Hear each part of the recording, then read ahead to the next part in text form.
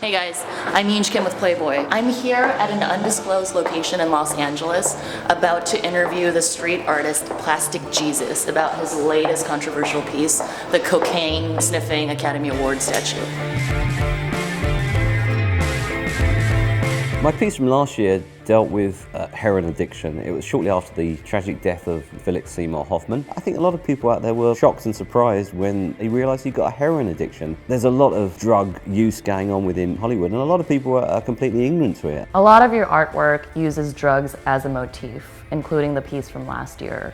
Where did that inspiration come from? Drugs affects everybody in life, in society, whether you know it or not. You know, your life has been affected by it. It's the elephant in the room. Nobody discusses it. It's all illegal. If you ask anybody, do you do cocaine? They'll say, no, I don't do cocaine. I'm sure you don't do cocaine. Nobody in your office does cocaine. But somebody's doing a shitload of cocaine because it's selling about $40 billion worth a year, which is about the same amount as Coca-Cola. The inspiration behind the art is really to start a dialogue, start a conversation about current use of drugs in society, and to say, yeah, somebody's actually confronting this issue and enabling people to talk about it and discuss it. What has the reception been thus far to your cocaine piece? I was a bit concerned about how the cocaine piece this year would be received, but without exception the feedback has been 100% positive. Not only rehab groups, drug addicts, rehab counsellors and so on, it's all been positive, saying, great, we're glad somebody's confronting this and starting a dialogue on this subject.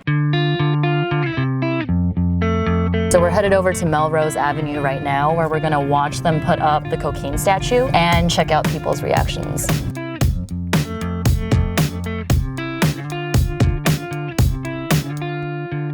This shit is amazing, man. This shit is incredible. It's a perfect statement about Hollywood. I think it's a lovely piece of art. It's very accurate. It's Hollywood in its essence. You look at that and go, movies, entertainment, drugs, it's funny. You gotta hand it to someone who's willing to just make something this provocative and kind of bring into the light all of this craziness that does happen behind the scenes. It's not something that people are unaware of, but I think it's something that people are afraid to acknowledge. This is what it is in Hollywood, especially if you're from LA and you see how people in Hollywood act.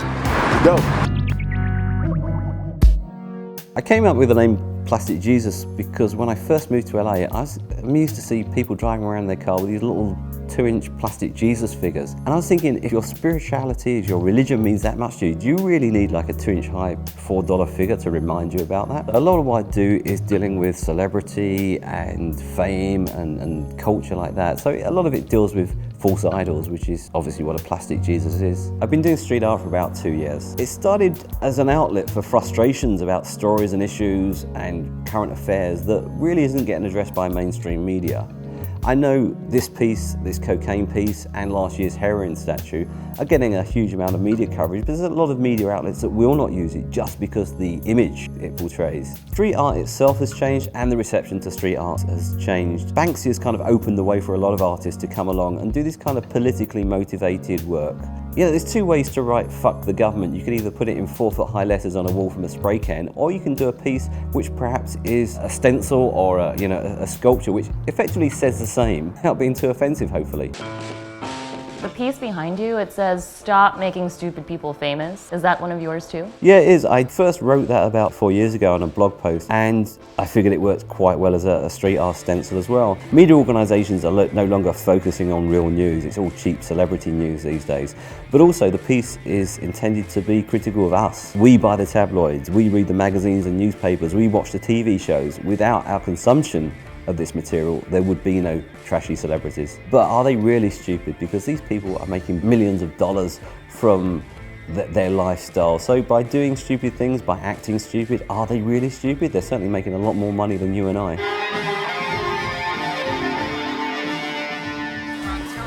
Yeah, it could be offensive, but in general, I mean, it's a term of power. What's the biggest misconception people would have about the lesbian community? What? Just what? That it's a fleeting thing. We just haven't met the right guy. Have you met any guy who tried to turn you